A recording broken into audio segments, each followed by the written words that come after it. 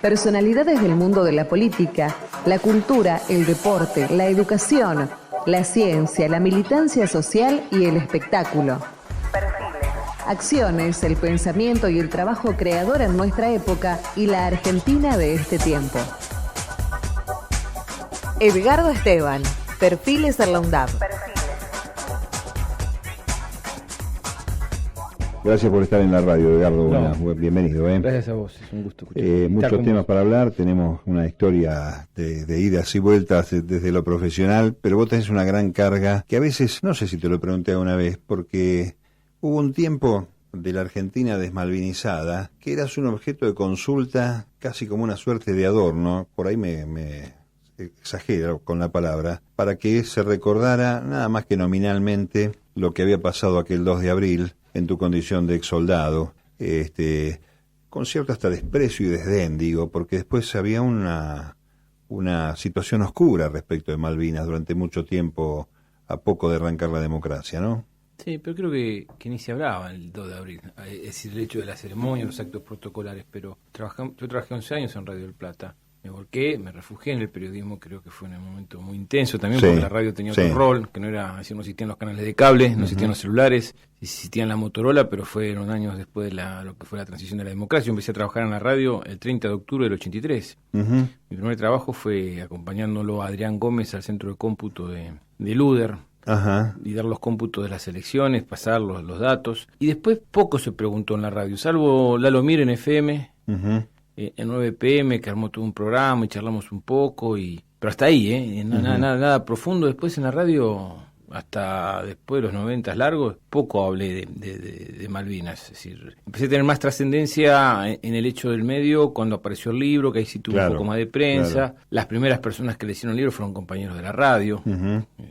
El director en ese momento era Biasati, que fue un poco el que me dio la autorización de imprimirme al sur. Yo me fui 2 semanas a Río Grande a escribir el libro, y después del libro sí empezó como a tener cierta movilización, porque también el gobierno argentino empezó con el tema del paraguas, el viaje de Menem a ver la reina, los ositos Winnie the Pooh, toda esa historia hasta la detención de Pinochet en Londres, que facilita y abre la instancia de que Argentina pueda volver, o los argentinos podamos volver a nuestras islas en agosto del año 99. Claro. Pero los primeros 15 años post Malvinas fue muy muy duro, nadie hablaba, ni siquiera en los medios se hablaba de Malvinas, porque era una cosa que costaba, dolía, lastimaba, y los excombatientes eran épocas que habíamos excombatientes perdiendo plata en la calle. Y que hablábamos un tema que no trascendía, pero que uno que estaba dentro de lo que era el medio de los excombatientes, el tema de los suicidios, la depresión, el estrés postraumático, las angustias, que hoy tampoco, por suerte, se habla, ¿no? Sí, el libro es un poco una búsqueda hacia adentro por esa ausencia de poder comunicar, exteriorizar, hacer una suerte de catarsis, o porque veías que no se mostraba. El libro fue porque primero, desde que nos fuimos de baja, los militares nos dijeron no hablar de Malvinas, estaba prohibido, era traición a la patria, y nos dejaron con toda esa angustia, ese dolor, ese pesar. Teníamos 18 años. Sí, claro. Uno a veces, cuando me dice no, por Malvinas, los hombres de Malvinas, que vean a los jóvenes que están cerca, con casco, con fusil, estando con 10 grados bajo cero, sin alimentos, durmiendo en la intemperie, porque dormíamos al aire libre casi. No fue fácil. Por más que vos quisieras ser fuerte, tenías la debilidad de un adolescente, y la palabra muerte, que es una palabra que no existe. Yo le preguntaría a qué estudiante piensa en morirse, de acá de la universidad o de cualquiera de las universidades. Y a esa edad menos todavía, si hay un sentido de hasta inmortalidad, diríamos, ¿no? Y hoy uno piensa en estudiar, empieza recién a volar, a abrir el camino, empieza a dejar los papás, la casa, para empezar a encontrarse con la vida, con su propia vida, con su propio destino, y en ese camino, ese silencio a mí me atormentaba, porque me angustiaba. Yo tenía que desahogarme de Malvinas, y no sabía cómo. Y ahí empecé a hacer un viacrucis, que fue hacer teatro, control mental, terapia de grupo, y ahí encontré la alternativa de empezar a escribir. Yo no sabía cómo escribir, pero en ese momento me movilizó un referente que era Antoni Artaud, como él escribía desde el alma, decía, ¿no? Desde adentro, cerraba los ojos, y ahí empecé a escribir, con faltas de ortografía, con dificultades, con lo que sea, pero escupía mi angustia. Y fue un remedio maravilloso, porque yo sentí que ahí pude cicatrizar mi herida y que pudo tener trascendencia eso. Lo que yo nunca pensé es que que en lugar de cerrar el camino que yo quería, para decir, bueno, hasta acá llegó con Malvinas, abrí una grieta muy profunda en una sociedad que no quería ver Malvinas y que el libro le señalaba la culpa que tenía no solamente la dictadura militar, no solamente los responsables que nos llevaron a una guerra, sino la sociedad argentina, que fue la que aclamó a Galtieri el 2 de abril, la que fue a la plaza a repudiar a Alexander Haig y la que el 14 de junio del 82 quería prender fuego a la Casa de Gobierno con Galtieri adentro y que fue la que llevó a la transición. Pero esa misma sociedad que se sintió frustrada, la triunfalista, la que estamos ganando, la que vamos, la que hundimos el Canberra el barco que yo volví como prisionero de guerra, que en la tapa de los diarios, del gran diario argentino decía que estaba hundido, no quiso hablar. Entonces los militares nos hacían callar. Mi barrio, que yo dije va a estar toda la Argentina, que siempre cuento la anécdota, que estaba el perro ladrando, la luz blanca y mi mamá, la única que me recibió fue mi vieja. Nadie quería hablar. Iba al almacenero a ver si me daba o me saludaban los vecinos y me daban palmaditas en la espalda. Ya fue, ya pasó. Entonces eso sirvió como disparador. Fue resistido el libro, como ni hablemos con la película, porque marcaba una culpa de una sociedad que tenía a sus héroes, o a sus jóvenes, o a esos chicos de la guerra, o a sus excombatientes, vivos, ahí, llamando, pidiendo que los miren. Hoy la sociedad, hoy los paradigmas cambiaron, y hay otra dinámica, y hay otro compromiso que es maravilloso, porque la causa Malvinas, más allá de los grandes, que todavía por ahí algunos todavía siguen teniendo culpa cuando hablas, hay una generación que no nació, es decir, que no vivió Malvinas, que nació post Malvinas, y que cuando vos vas a las marchas tienen remera de Malvinas, tienen una militancia, un compromiso con la causa, con la pertenencia, que es Malvinas, que no son dos islitas, estamos hablando de 1.780.000 kilómetros cuadrados, hablamos de la mayor reserva hitícola del planeta. Sí, claro. Los kelpes están felices porque han tenido un récord de pesca este año del calamar por la temperatura del agua, que casi duplica la capacidad que pudo pescar el lado argentino, es decir, nuestro desde el lado continental. Entonces, cuando hablamos de los recursos naturales, del petróleo, cuando decimos militarizar, como dicen los británicos, porque tienen elecciones el 7 de mayo, también en el 2041, falta muy poco tiempo, se va a discutir qué hacemos con la Antártida y con las reservas energéticas de agua. Claro, hay una necesidad, pero está bien, estamos un poco acelerando, pero lo digo esto porque inevitablemente hay una necesidad de redimensionar ahora, más allá de el recuerdo de Malvinas, guerra de Malvinas, redimensionar por qué la demanda soberana tiene sentido para evitar que se sigan repartiendo al mundo aquellos que sojuzgaron y que siguen teniendo enclaves coloniales en el planeta. Más allá del tema específico de la Argentina, yo creo que eso es una demanda de toda Latinoamérica. Es nuestra territorialidad en juego como gran nación de América Latina. Todavía sobre eso falta trabajar mucho. Yo creo que se está haciendo ahí una Secretaría de Malvinas. Es un dato no menor que el Estado haya tomado una decisión de generar este organismo, pero hay que trabajar mucho porque, como vos bien decís, algunos veteranos todavía siguen pensando, veteranos no de la guerra, sino viejos, siguen pensando que es un tema menor y le seguimos dando la espalda. Para que me pare un cachito en el tema del libro, ¿qué pasó con los compañeros de Malvinas con el libro, primero, antes de la película? ¿Sirvió para otros ex soldados? ¿Ayudó? ¿Qué percepción tuviste de esa época? Pasa que los muchachos. Pasado como que yo lo escribí con otros compañeros, con otros hijos, me ayudaron. Además, me fui al sur a la casa de un compañero a escribirlo. Pero unos se asustaron, me parece, ¿viste? Porque fue un libro muy... Era un panfletario, digamos. Se atrevía a muchas cosas. Por suerte, los amigos que fueron los que me acompañaron, que estuvimos en Malvinas, aquellos como Víctor Hugo Foresi, que es el primo hermano de Liliana López Foresi, un referente también que fue en su momento de Quilmes, esos amigos que perduran y pudimos construir. Y fue un libro que generó un gran debate, que no fue indiferente. En mi unidad eso generó ciertas molestias porque pasé a ser un buen soldado. El año pasado fui a ver al jefe de la unidad donde hice el servicio militar para hablar. Y ahora fue una charla maravillosa, muy sensata, muy profunda, muy respetuosa, cada uno con su posición, muy cálida en algunos momentos. Pero me decía, me sorprendía porque ellos tenían un concepto muy bueno mío, porque aparte yo me iba de baja el 4 de abril del 82, así que me iba dos días después. Y lo que me reconocía que era el único soldado que había ofrecido ir a Malvinas. Yo quise ir a Malvinas, no es que a mí me obligaron a ir, yo quise ir, porque manejaba logaritmo, manejaba la tabla de Howell, sabía manejar las cartas topográficas, era el único soldado que tenía ese rol. Esa formación, claro. Pero después hubo toda una campaña de tratar de hacer callar el Mensajero, que ellos quisieron que asustándome. Ayer me pasó con un taxista que era hijo de excombatiente, las cosas que me decían, porque justo estaba hablando con Ernesto Alonso, un compañero de Malvinas también, así que es el presidente de la Comisión Nacional de Excombatientes. Y el tipo salió, bajé del taxi.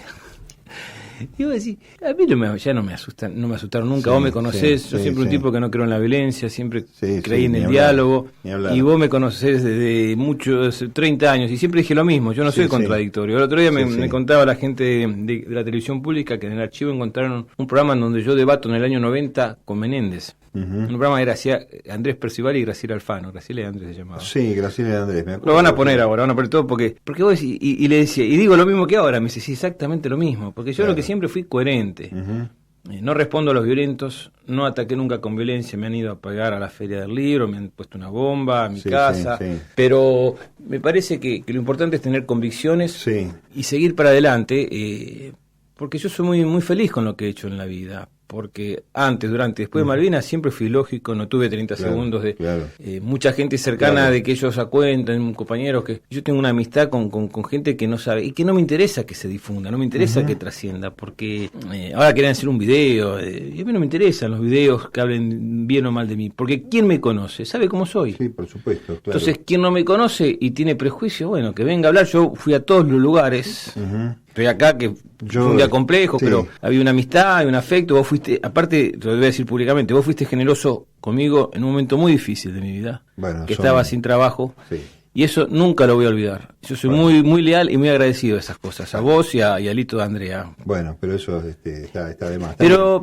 son esas cosas que uno mantiene como código, ¿me entendés? Entonces me dijeron, no, yo vivo en otro lado de Buenos Aires, en Beca. Y dije, bueno, acá estamos, en Avellaneda charlando. Está bien, yo eso te lo agradezco y no hace falta que lo haga público porque sabes que te tengo mucho afecto. Sí, pero soy un tipo agradecido de la vida, pero en el tema Malvinas. Y además sabes que sos un tipo con una armonía, a pesar de los violentos y de la violencia vivida, con una armonía que se ha manifestado a lo largo de toda esta historia. Otro podía haber hecho de esto un festín, o subido los humos a la cabeza, o sentirse arriba de un pedestal por poder tener la oportunidad de comunicar, y vos mantenés la misma armonía, el mismo recorrido, con una gran carga de humildad que yo admiro, por cierto. Después voy a porque lucré con Malvinas por la película. Y la película la produjo la Universidad del Estado, la Universidad de San Martín. Contemos eso, porque hay toda una falta de información, me parece, más que nada, que genera siempre el rumor. ¿Cómo fue la llegada del libro a la película? ¿Cómo fue cruzarte con Tristán Bauer? ¿Cómo pasó esto? Y yo trabajaba después del 94 empecé a trabajar para los medios afuera. Hace 21 años que trabajo de corresponsal. Por suerte me ha ido mucho mejor que poder trabajar en Argentina. Quizás por ese prejuicio que hablábamos de Malvinas, afuera como es un tema cerrada, ¿no? Me va, pero maravillosamente bien, y me he ido. Yo vengo a dar una experiencia hermosísima, dura, difícil, como fue cubrir en Uruguay la muerte de Galeano. De Eduardo Galeano, sí. Que me sorprendió la poca gente que fue, entre paréntesis, ¿no? Al velatorio, pero lo pude charlar, tuve una entrevista muy linda con Pepe Mujica. Y a Tristán, yo fui a entrevistarlo a Miguel Bonazo. Tipo que hoy, la verdad que también muy difícil, muy complejo, ¿no? Hay gente que de acuerdo a los tiempos pareciera tornarse... Y que en la historia le va a pedir explicaciones. Cambiantes, ¿no? Qué cosa increíble. Y lo encontré a Tristán, un documental que estaba haciendo sobre Eva Perón, La tumba sin paz. Y en lugar de darle el libro, que se lo iba a dar a Bonazo, porque le era el apellido, el nombre... Claro. Se lo di a Bauer. Le dije, mira, me encantó lo que me dijiste, te lo regalo, esta va a ser tu próxima película. Eso fue en el año 97. Al poco tiempo me toca entrevistarlo a León Gieco en septiembre. Esto fue en julio, pero en septiembre del 97. Y León llegó una hora antes. Entonces yo le había regalado un libro a un compañero de trabajo que venía de afuera. Y le pedí el libro y digo, después te doy otro, porque le voy a dar porque Gieco se quería ir todo el tiempo, ¿viste? Entonces empezamos a charlar de Malvinas, del libro. La cuestión es que a las 2 semanas Gieco me llama por teléfono a mi casa, sábado al mediodía, había salido para ir al supermercado, me había olvidado las botellas y sonó el teléfono y dice, hola Edgardo, soy yo Gieco, ¿viste? Como Lego con el Papa. ¿En serio? No puede ser, qué sé yo, déjate joder. No, sí, me pareció increíble. No, me encantó tu libro, te quiero conocer, te voy a llamar el martes a las 12 del mediodía para vernos ese martes. Martes 12 del mediodía, estaba al lado del teléfono, en punto sonó. Y quedamos a las 6 de la tarde ahí por el centro. Fue una charla que duró hasta las 3 de la mañana, porque en el medio tenía un recital, yo tenía Fue justo una semana complicada para mí, no otra historia que no tiene nada que ver acá, pero la de mi viejo, con Rousselot, que le había puesto el nombre al asesino de mi viejo, Morón, bueno, mi viejo lo mataron en Morón. Sí, ya sabemos algunos de la historia. Y decime, León había encontrado en el libro un montón de interrogantes. Y me dijo, esto tiene que hacerse una película, esto tiene que hacerse una película. Y yo le dije, la única condición que le voy a poner si algún día se hace la película es que vos hagas la música. Y dijo, te lo prometo. Y 2 años después, Bauer decide hacer la película, me entero por la jefa de prensa de Buki Vukovic, y lo piso yo a buscar a Bauer, y terminamos tomando un café en la esquina de mi casa, donde vivía en el centro. Y ahí empezamos a trabajar en el guión. Trabajamos en 8 versiones del guión, y la única condición que le puse fue que la música la hiciera León Gieco.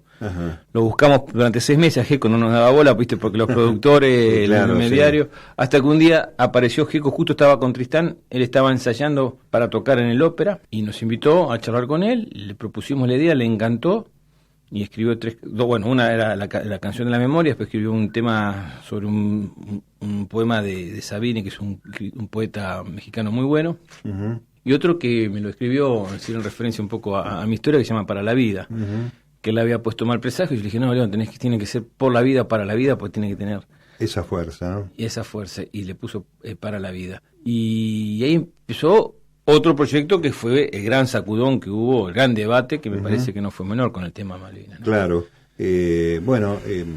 Lo dijiste antes en otra forma, ¿no? Un camino que era de cierre para hacer un borrón y cuenta nueva que en realidad abre otras perspectivas. Y la película sobre finales del neoliberalismo en la Argentina, con una Argentina cayendo casi hacia un abismo, que había seguido manteniendo oculta la cuestión Malvinas, aflora a partir desde este lugar hasta que después, se remalviniza la Argentina, yo diría, desde la visión del Estado por un lado, de los distintos estamentos. En ese interín, esta es una pregunta que no sé si te la hice alguna vez. ¿Crees que el libro te ayudó a salvar la vida? ¿Tuviste alguna vez el temor de que el tema Malvinas terminara con tus días? No. La verdad que nunca yo siempre digo que alejo los fantasmas, ¿no? Siempre he tratado de nunca asumir que estoy curado del todo, porque uno ve las experiencias muy muy cercanas, y entonces me parece que el estrés postraumático lo tenemos todo. Pero el libro y volver en el 99, yo fui el primer excombatiente que volvió en el 99 a las islas, que me puteaban de arriba abajo. Hoy va todo el mundo, por suerte, van muchísimos compañeros, pero para mí fue darme cuenta que el primer día que llegué a las islas fue terrible, porque los Kelper me querían pegar, me puteaban, me maltrataron mal, pues llegaba el enemigo después de 17 años. Pero para mí fue como exorcizar ahí definitivamente los fantasmas, ¿no? Porque me di cuenta que la guerra había quedado en el 82. Tengo, como todo el mundo, días no buenos, otros un poco más deprimido, pero yo soy un hombre muy feliz de la vida, Me ha regalado la vida, me dio un trabajo maravilloso, tengo una familia hermosísima, tengo una compañera de la vida a la cual amo profundamente, que me ha ayudado mucho y me ha hecho poder construir este camino de la vida. Tengo muy buenos amigos. Es bueno saberlo. La parrilla, mi asadito. Está bien. Te mostré la foto con mi amigo León el domingo en casa. Porque por culpa de él aprendí a tomar vinos. Bueno, no tomaba vino, y cuando nos juntábamos en casa para hablar de la película, él venía con 10 botellas de vino y me dice, ¿cómo no vas a tomar vino? Claro. Digo, no tomo, León, vino. Me dice, no, dejate de joder. Está muy bien. Y me fui a hacer el curso de catación de vino, me fui a la fiesta de la vendimia. Mira. Ahora, casi un sommelier. No, ahora tomo así. Está muy bien. Con el placer de tomar, ¿no? Con el disfrutar con los amigos. Con el disfrute. Edgardo Esteban nació y se crió en Aedo. Excombatiente de Malvinas. En 1992 escribió el libro Iluminados por el Fuego, que inspiró la película dirigida por Tristan Bauer, de la cual fue co-guionista.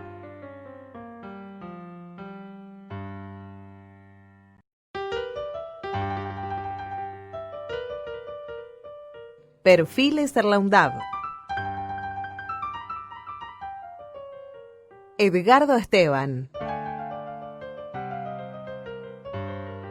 Que en ese periodo, desde el 82 al 97, hubo mucha tragedia también oculta, ¿no? No solamente Malvinas. Al principio estuve muy deprimido. Cuando me dejó mi novia, viste, que no me podían... Yo lo contaba el otro día en Morón, ¿no? En mi barrio. Nos fui a dar una charla ahí. Cuando yo me despedí de mis compañeros el 25 de diciembre del 82, cuando volvimos en el auto de mi tía, un Citroën amarillo, un 13B amarillo, no podíamos hablar, porque ellos no se atrevían a preguntarme Claro. Y yo me sentía que tenía demasiada angustia, demasiada carga. Y esa transición, que no fueron 3 o 4 años hasta que decido hacer terapia, fue muy dura.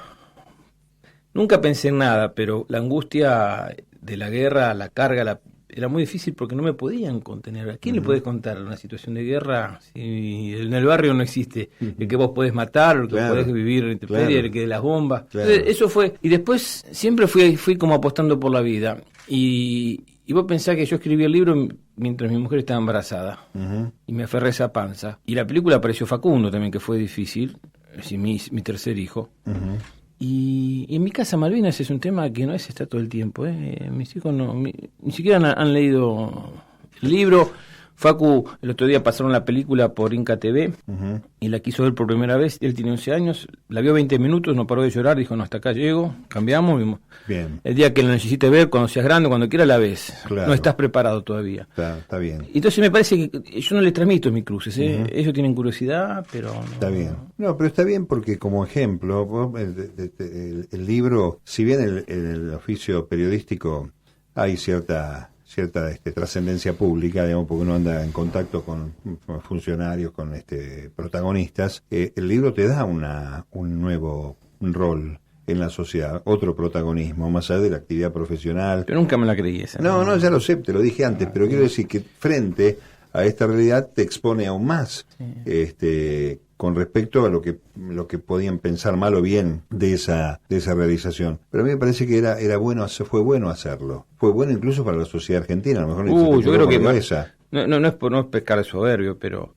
más que nada la película, abrió un debate porque la película puede haber gustado o no, pero no fue indiferente, siempre lo digo, ¿no? Sí, como obra de arte, como estética. Abrió un debate, ¿qué hicimos como sociedad? No solamente a los militares. Porque hoy hasta los innombrables, los violentos, los cazanceus tienen que reconocer que fue una dictadura feroz la militar. Sí, claro. Otro día lo veía en un programa de televisión y después me llamaban todo el tiempo y yo decía, no voy a debatir con un tipo que fue muy violento y muy mentiroso y difamador para poder. Y si vos lees el libro de él, es muy distinto a lo que dice ahora. Solamente con sus páginas, un tipo que cobraba pensión de excombatiente siendo periodista, no sé, en el gobierno de la ciudad de Buenos Aires. Todo extraño es eso, ¿no? Y además un folleto, digamos, ratificando lo bien que se actuó, ¿no? Ustedes se debatía, me llamaron un programa ese, Intratables, por el debate. Una cosa es es decir, pero hay infinidad de compañeros que trabajaron en la dictadura, no lo vas a acusar de cómplice del proceso. No, por supuesto. Pero había gente que hacía la propaganda, que era parte visible de esa propaganda, que eran los referentes. Sí, eran agentes. Come Fuente con su galerita acá. Agente de difusión, claro. Entonces, viste, hombres y mujeres, saquémonos la careta porque hay mucha hipocresía. ¿Sí? Claro.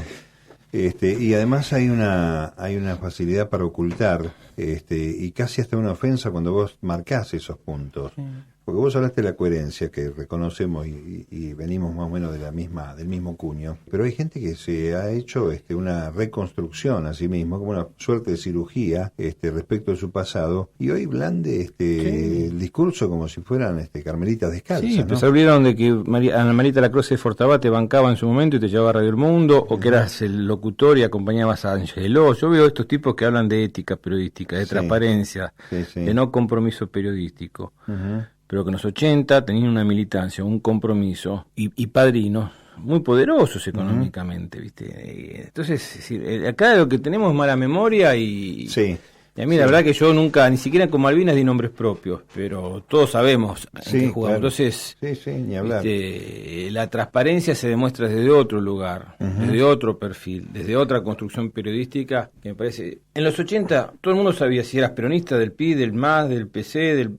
Hoy parece mala palabra si vos decís soy kirchnerista o soy radical o soy... ¿Viste? Y después los escuchás y parece que no van a votar a nadie, que no juegan por nada, que no juegan por nada. Son observadores neutrales hasta extranjeros. No bueno, está bien, ahí me dijiste una cosa que yo creo que esta sí me la repartiste alguna vez, estabas más cómodo como corresponsal, un poco porque también conociste lo que es este costado basura, diríamos, de la profesión, y en ese recorrido, el peso para la empresa extranjera o para la organización periodística no nacional, ¿tuvo alguna influencia Malvinas? ¿Te tomaron sin inconvenientes alguna cosa? Todo lo contrario, porque es como que es un tema distante o distinto. Por ahí hablo un poco más ahora, pero ni siquiera en Telesur me toman como una referencia, que por ahí uno tiene acá más Sí, del claro. debate. Y en ese aspecto, lo que siempre se me ha respetado es mi rol profesional, y yo sentí en eso que pude crecer. Acá me parece que el prejuicio del excombatiente pesa más que el periodista. Ujú. Y vos pensás que ni siquiera para este gobierno me ofrecieron hacer la suplencia de nada. Y por ahí es bueno también, porque es como que de afuera uno puede tener más autonomía, más independencia, y puede militar en esta causa Malvinas, que es muy importante en mi vida, pero yo no trabajo de Está Malvinas. bien. Bueno, yo trabajo de periodista. Te escuchaba y decía, bueno, el Edgardo Esteban, que fue a Malvinas, que combatió, que volvió, que escribió el libro, que se hizo película, tuvo que seguir morfando. Sí. Yo Yo morfo de periodista, tenía que seguir trabajando hay de excombatientes periodista. que morfan de excombatientes. Claro. Y hay claro. unos que estaban en la plaza que no sé de qué. Está bien, y estuvieron a la distancia, excombatientes a distancia, control remoto. La experiencia periodística sí, enriquecida, a partir del recorrido. Estás haciendo Telesur, que es una novedad para la región latinoamericana, un proyecto que podemos contarles, este programa sale por muchas radios universitarias con carreras de comunicación social y periodismo. ¿Qué es Telesur en el formato periodístico frente a lo convencional, al pibe En mi que casa asciende está la corporación, viste, medios alternativos. Mi señora está la directora del canal Encuentro, yo corresponsal de Telesur hace 8 años, casi 9. Somos 3 los más veteranos. Ayer justo estábamos en Uruguay con Adriana Sibor y después hay 2 compañeros más que son los que venimos desde casi el comienzo. Y Telesur es el primer canal panregional que tuvo la región, el primer canal que se pudo ver contado desde el espíritu de lo que es nuestro continente y este pedazo de tierra que es esta patria grande. El primer canal panregional que tuvo América Latina se llamó Telenoticias y se inauguró el 1 de diciembre del año 1994. O casualidad, la primer cumbre de las Américas se hizo el 12 de diciembre del año 94 y tanto Telenoticias como la cumbre se hizo de la misma ciudad, Miami. Ajá, mirá qué lindo. Y a los 3 meses aparecía CNN en español. O casualidad. Si en marzo del 95 aparecía CNN en español en Atlanta. Y esa construcción, que fue CBS Telenoticias, se cierra un mes y medio después del fracaso de Alca al carajo de la cumbre de Mar del Plata en noviembre del 2005. Indefectiblemente hay un proyecto político y todo atrás. No hay ningún canal panregional que gane plata por lo comercial, porque puede ganarse ahora con los abonados de cable un poquito, pero no con las pautas publicitarias, porque casi no tienen publicidad. Claro. Y Telesur, que al comienzo fue algo símil de Al Jazeera, marcó un perfil que no lo tenían esos canales. Porque hoy CNN ya no está ni siquiera en Atlanta, está en Miami, con un público y un paladar donde la mayoría son cubanos que hoy deben estar un poco enojados por todo lo que está haciendo Obama con esta aproximación, porque el objetivo era justamente confrontar y ser parte de la propaganda en contra de lo que es la revolución de Fidel Castro y de la revolución cubana. Edgardo Esteban, en Perfiles. En 1992 escribió el libro Iluminados por el Fuego, que inspiró a la película dirigida por Tristan Bauer, de la cual fue co-guionista, donde no buscó hablar de la guerra, sino de los fantasmas internos, de lo que la guerra le dejó.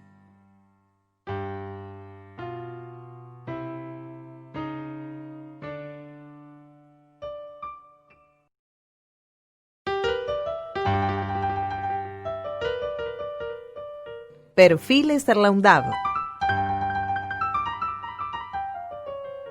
Edgardo Esteban.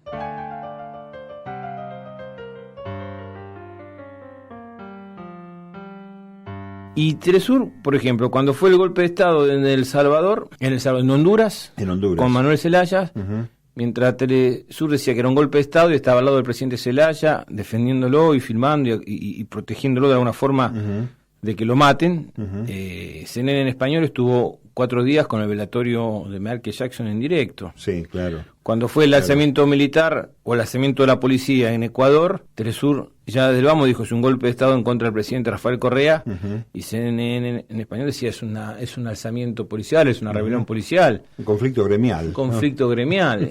Y así pasó con Bolivia, y así pasa con Argentina, y toda esta cosa de la mentira y la propaganda que hay, que se ha construido, como dice Estela Caloni, estos golpes blandos, mediáticos, de información, que yo lo viví en Brasil cuando fue lo de la revista Bella contra Dilma Rousseff. y la campaña terrible cuando aparece Lula da Silva a apoyar a Dilma Rousseff, porque sabían que es el gran monstruo a vencer y es el gran monstruo que se teme que en el 2019 aparezca después de Dilma Rousseff. Entonces, toda esa estructura, hoy Telesur, y gracias a la ley de medios de comunicación audiovisuales, es el gran protagonista porque pudo tener una inserción en Argentina. En Uruguay no se ve Telesur, en Brasil no se ve Telesur. No sabía. Porque hay resistencia a los sectores conservadores de derecha. Bueno, está bien, y tiene mucho peso allí, o Globo, esos... Pero el canal que más se ve allá es, ¿sabes lo que me decía la gente? Se enteraron de la muerte de Galeano por TN, porque Mirá. como Cablevisión es igual que en Paraguay, Claro. es el cable que distribuye. Ellos tienen el Es primer increíble, canal ¿no? de TN, entonces... Es increíble esto. Lo bueno es que también hay una coincidencia, y un proceso de coincidencia. Creo que lo dice Filmus en su programa de los presidentes que se parecen a sus pueblos. Sí. Ha parecido también, porque vos cuando hablás de aquella primera experiencia, nada menos que con sede en Miami, estamos hablando de un proceso neoliberal enraizado en toda la región, que era imposible de aplicar con el peso y la sociedad directa que tienen esos gobiernos con los poderosos medios hegemónicos. Sí, yo siempre me acuerdo de Fernando Sabater, del libro Ética para Amador, cuando habla sobre Robinson Crusoe, que él está feliz porque es solo, ¿no? Pongamos comparado Robinson Crusoe con Clarín, Sí. o con Sí. Canal 13 o con Artear. Sí. Y de repente aparece Viernes. Entonces la gran polémica, el gran conflicto que le genera ético a Robinson Crusoe, ¿cuál era? O se lo come o convive.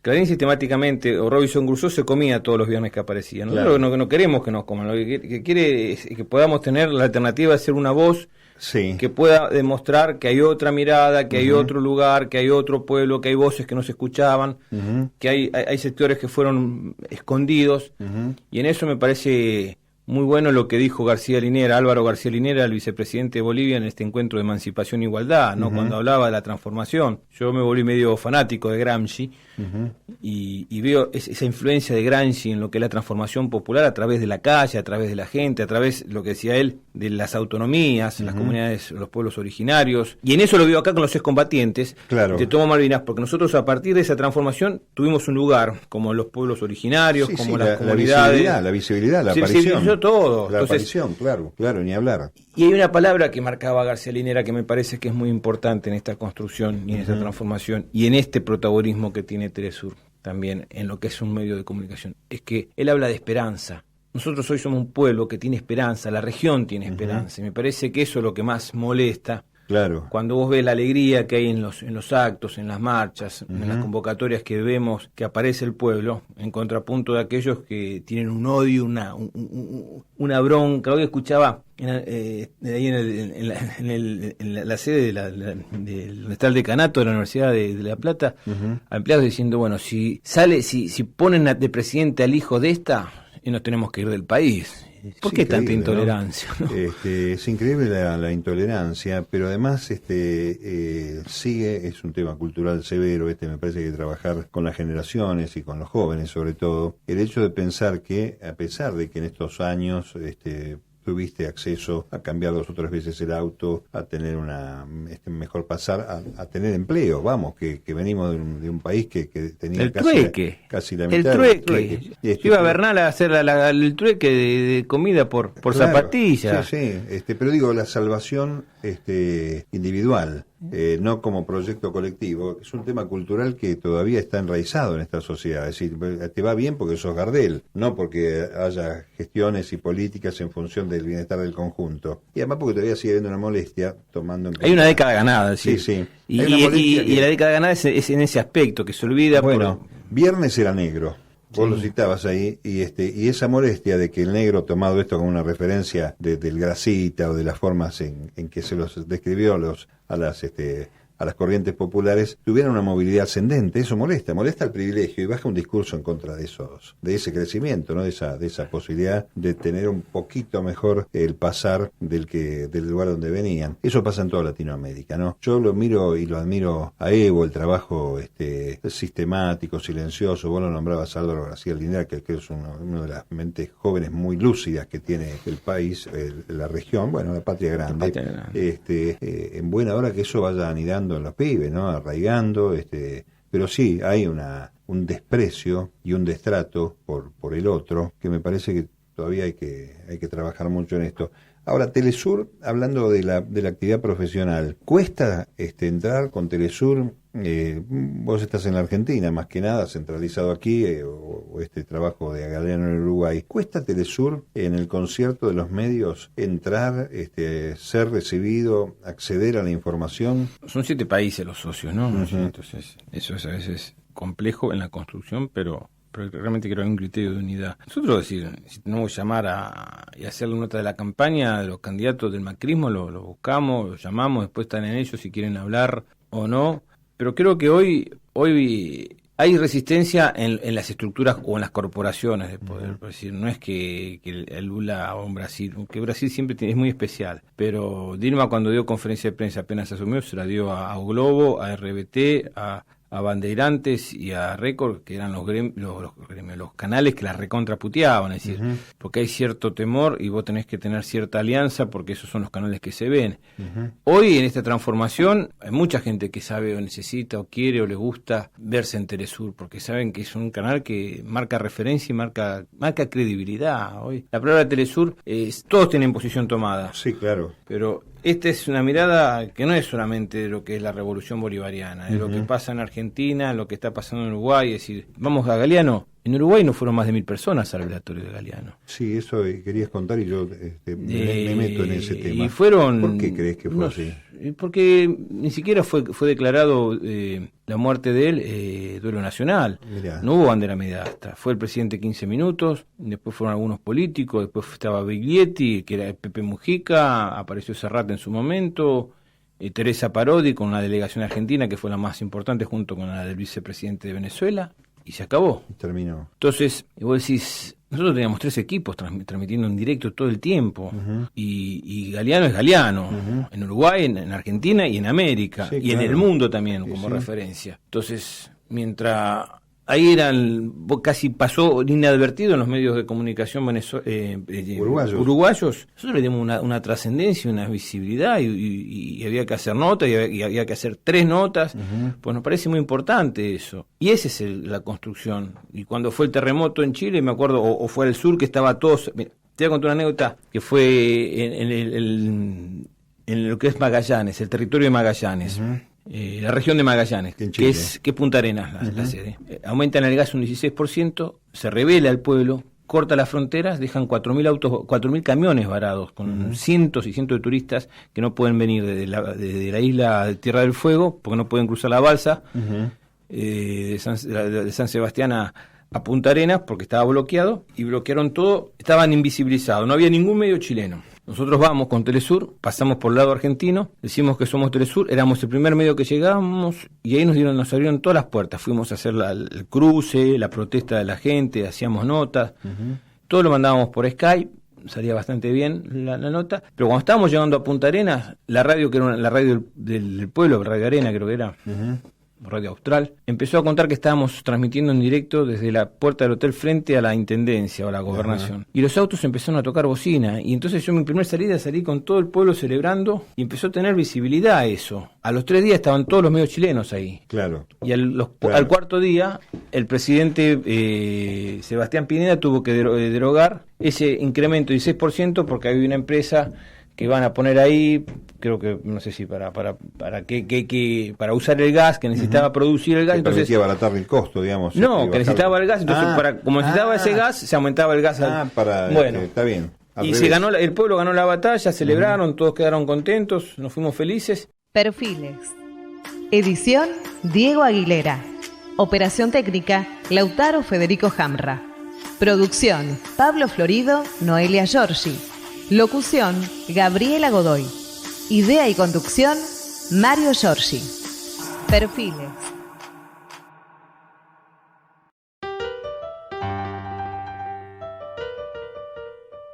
Perfiles Erlaundab. Edgardo Esteban.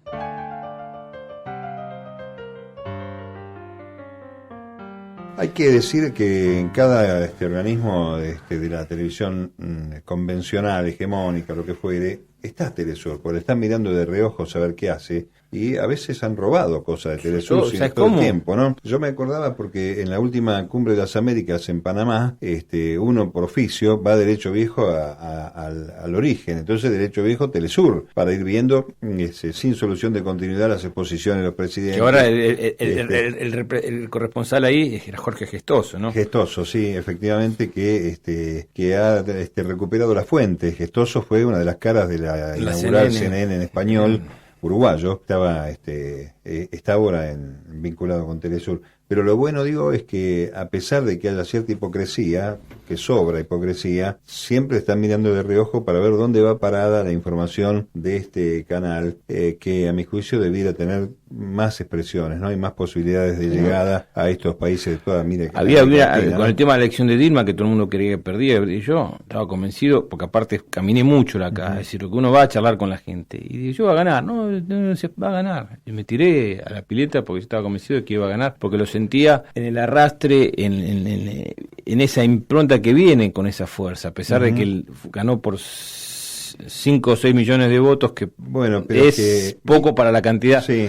Pero los otros medios, todo el tiempo vos veías los editoriales de los diarios de Brasil, el mismo día que había veda supuestamente, decían, ustedes tienen que votar por el candidato de la unidad, por rompiendo la vida, rompiendo la no ética. le importó, la revista esa que salió con esa mamarracho, esa porquería, tratando de delincuente a Lula da Silva y a Dilma Rousseff, pero de delincuente, y vos leías la nota y decías, ¿dónde está la denuncia? No había nada. Un buen ejercicio, sobre todo para los que están escuchando o leen, es ver cómo se retroalimentan estos medios entre sí, porque se van citando y terminan haciendo de esa cita o del rumor una verdad, construcción de un relato que en realidad tiene escasa fundamentación, ¿no? Vos ves algunos artículos del diario El País vinculados con América Latina que cita a los medios hegemónicos de esos países donde se produce la noticia que ellos están citando, sin bajar a la fuente ni preguntarle a los responsables directos, ¿no? Citándose de medio a medio, retroalimentando ese tipo de cosas que en la campaña electoral me acordé porque a Dilma le dieron para que tenga, desde el punto de vista de las encuestas truchas, en fin, del crecimiento de una opositora que en principio ha salido de sus propias fuentes, que después resultó un fiasco. Esa construcción, yo creo que Telesur, y esto no es una loa gratuita, debe costar, pero la está deconstruyendo, ¿no? Es decir, está tratando de bajar los decibeles de ese poder hegemónico de los medios. El otro día averiguaba y charlaba con algunos amigos y algunos amigos músicos. ¿Por qué Serrat se reunió o fue a un acto con Massa? Es muy raro, ¿viste? Sí. Ahí actuó gratis en el Tigre, esto hay que decirlo. No, se cantó para 80.000 personas, todo lo que quieras, pero la foto con Massa era, y no fue a ver a Cristina, que le dio el premio a Susana Villaflor de... Y me dice, porque Serrat lee el diario El País, y el diario El País repercute todo, entonces hay cierto prejuicio de la propaganda que dan las corporaciones mediáticas, que hasta referentes como Serrat por ahí se están equivocando. Quizás hoy se debe estar arrepintiendo, y creo que por eso fue al velatorio de Galeano, porque mucha gente que lo respetaba, o lo respetábamos, perdimos mirá que yo le he ido a ver a todos los recitales, y siempre me sentí, viste, como defraudado. Porque una cosa es que no seas nulo, neutro, pero otra cosa es juegues con referentes. Yo recién hablábamos de Bonazo, hablábamos de La Nata o de Pino Solana. Y perdieron el bronce. Eran tipos que no tienen esa coherencia. Yo me puedo equivocar, me pueden putear, pero yo siempre fui esto. Con el mismo recorrido. Y siempre lo que hago es mirar a dónde está Estela de Carlotto. ¿A dónde están las madres? ¿A dónde está León Gieco? Y están ahí, digo, bueno, viste, como para no distraerme y ir para otro lado. Porque esta gente me ha marcado un camino de coherencia. Bueno, estás hablando de gente que tiene una gran carga ética que nadie le puede decir nada. Y yo voy cerca de ellos, viste, como cuando el barco se estaba hundiendo, cuando fuimos a la Antártida, yo me fui al lado del capitán del barco y al lado, viste, porque por la duda... Decime una cosa, ¿tenés ganas de volver a escribir? Estoy escribiendo. ¿Estás escribiendo? Sí. Tengo un amigo ahí que es un loco maravilloso, que es de este barrio. Es el más grande escritor argentino, joven, y que hay que reivindicarlo y que cuidarlo, que es Pablo Ramos.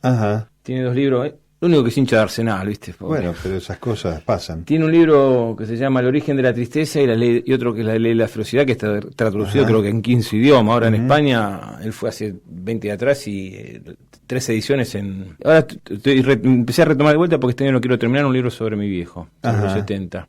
Sobre la violencia de los 70 vista de un pibe de 10 años, ¿no? Y yo había escrito toda una cosa larga y él Primero que tiene una prosa maravillosa, pero el valor que le da a las palabras. Y es de barrio, ¿viste? Un tipo de barrio ¿Qué muy pasó profundo. con tu viejo? Contame un poco. Mi viejo era dirigente peronista, quería romper con la estructura ortodoxa del peronismo en esa época de la rebelión de los jóvenes. Todavía no estaba cercano, estaba mirando Montoneros, no estaba en Montoneros, quizás no llegó, o quizás no.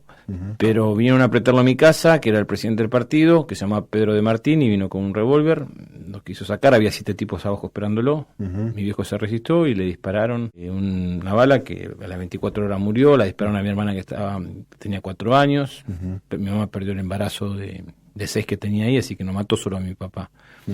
Y después lo escondió José Rodríguez, el Desmata, porque estaba la UON, que era muy fuerte, pues estaba la Deus, y después con López Rega lo indultaron cuando llegó y fue secretario de gobierno de Morón con Osvaldo Merino, y parece que se les murió la dictadura. Muchos decían que estaba en México, pero se les murió en paro cardíaco a los militares cuando lo fueron a detener por su historia.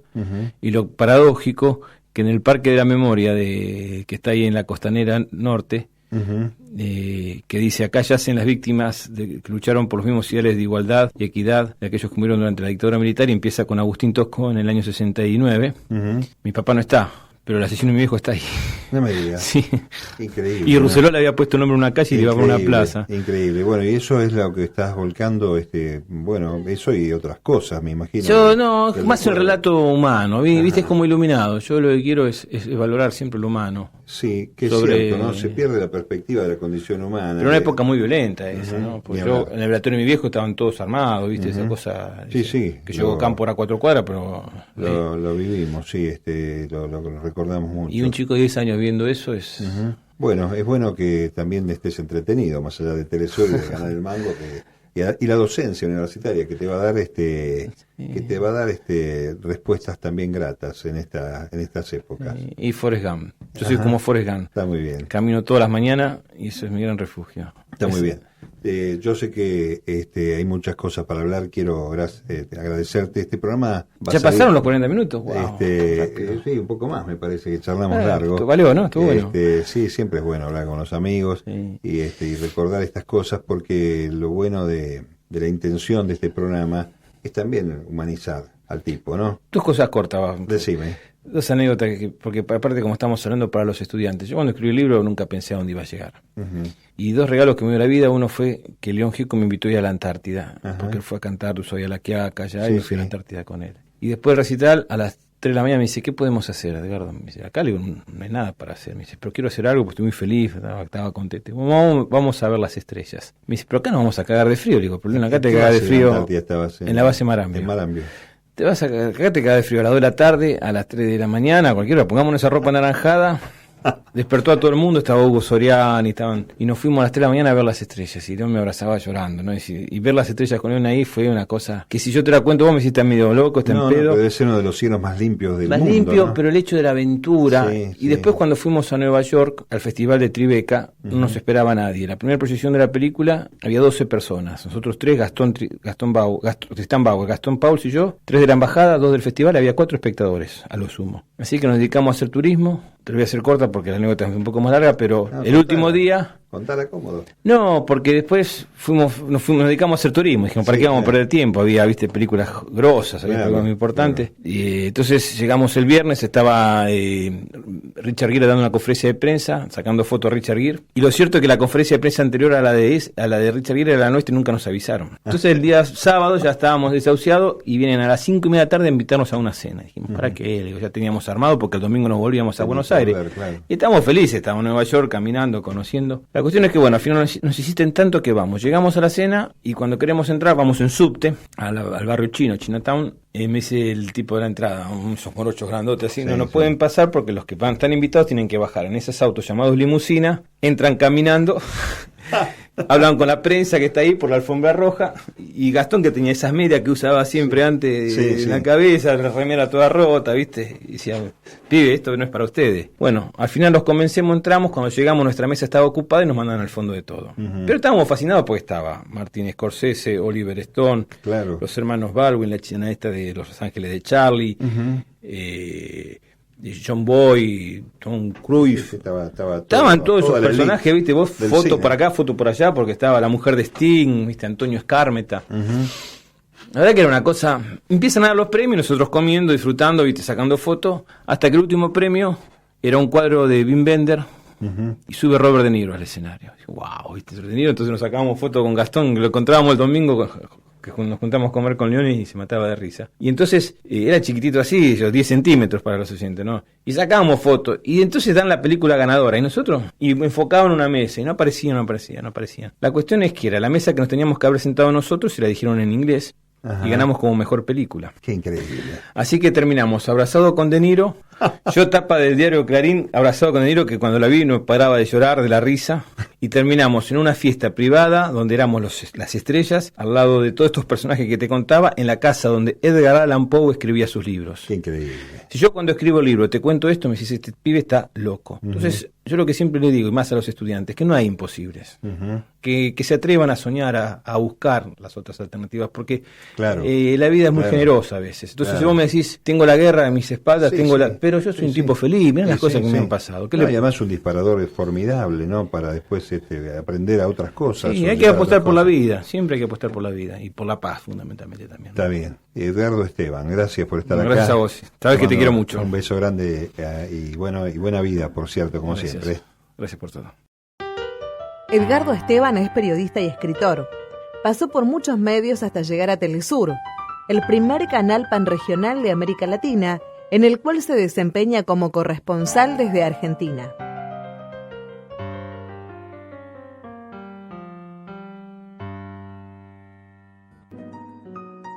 Perfiles es una realización del Departamento de Contenidos de la Radio de la Universidad Nacional de Avellaneda para la Asociación de Radios de Universidades Nacionales Argentinas.